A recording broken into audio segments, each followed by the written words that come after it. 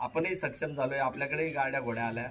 सध्या बाळासाहेब आंबेडकरांनी फक्त आपण सत्तेपासून वंचित आहे. जिथं आज आपल्याला ग्रामपंचायतला उभं राहायचं ठरलं तर आपल्या लोकांकडे तिकीट मागावं लागतं. आज असं आहे का, ही वंचित असं आहे का, तुम्ही म्हणले तर तुम्ही पॅनल करशाल, लोकांना तुमच्याकडे तिकीट मागायला यावं लागेल.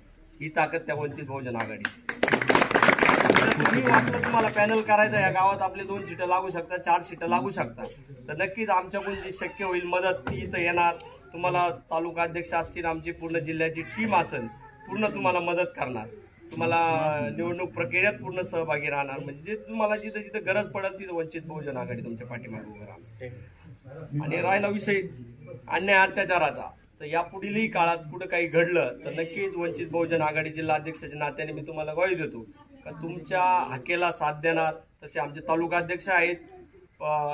पूर्ण तुम्हाला जिथं वाटेल शक्य होईल तिथं, तुम्हाला वाटत असेल का असं वंचित आज आपण कुठं काही करू शकलो नाही, तर त्याचं उदाहरण तुमच्याच राहुरी तालुक्यात मी अख्ख्या जिल्ह्यात देत असतो.